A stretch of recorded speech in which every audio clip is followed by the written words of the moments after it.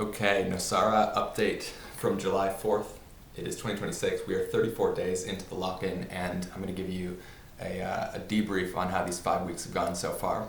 It kind of feels like it didn't really start until this week, in that, yes, I was prioritizing work. I was doing little other than work for those first 4 weeks or so, but the time spent on getting clarity and kind of thinking through the offer and writing stuff out was helpful, I guess, to get me out of that, but it wasn't helpful in terms of actually driving anything forward. What has been helpful so far is actually getting on the phone with people about the business and then talking about doing business together.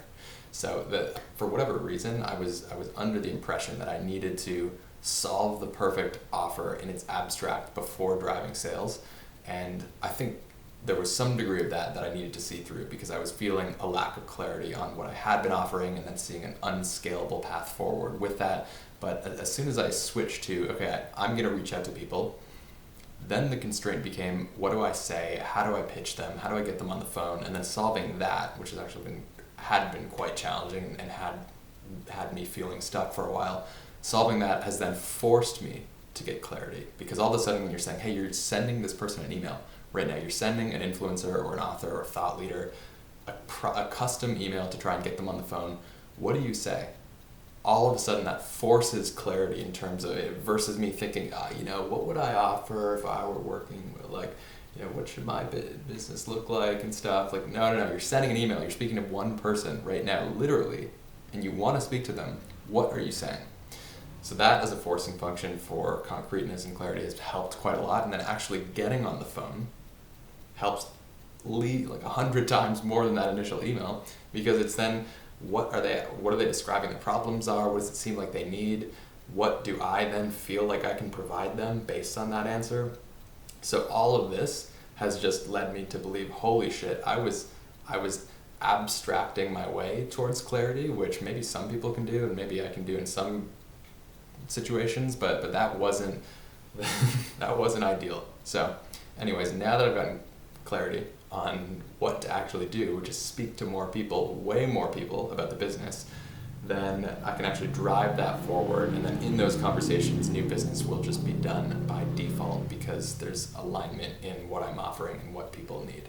So that is that's the major shift that I've had lately, and I don't actually believe the output of the lock-in has fully started until kind of recently, when I started pushing on outreach and then getting myself into a sales mindset of, okay, what is sales? Sales is generating conversations with people about possibly working together. And then what happens before that? Well, maybe it's cold outreach, maybe it's reaching out to friends, maybe it's just it's just being in the world about, and then being in the world, discussing these things, having conversations, making things happen, rather than me being by myself with a Google Doc, trying to just write out the solution, which, as I now know, obviously the solution happens in contact with reality.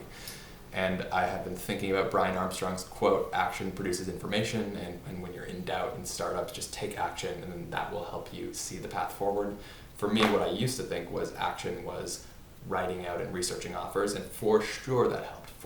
I don't at all regret all of the research and writing that I've done, because I think I needed to see through some of that, and the information that I needed was that seeing that through still led me to the same conclusion, which is talk to more people. So when in doubt, action. What does action look like? Oftentimes it involves other people.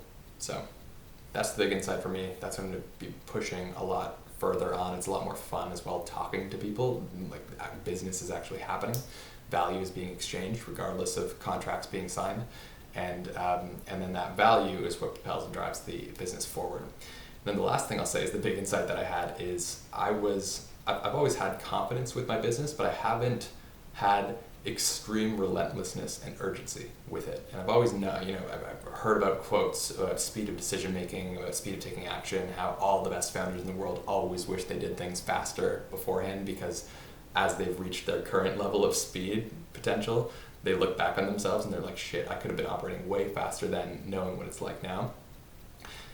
And Now that I'm cranking into that, I'm having the same realization, even though I've seen that written out before. Now I'm actually doing it and embodying it. And then the thing about also confidence in your business is confidence is free. And for whatever reason, I haven't been maxing it out until recently. I haven't been juiced to the gills in terms of how epic what I'm building is and how much I believe I can help others. And for whatever reason, I would just kind of just look back to, okay, well, I have this case study and that case study.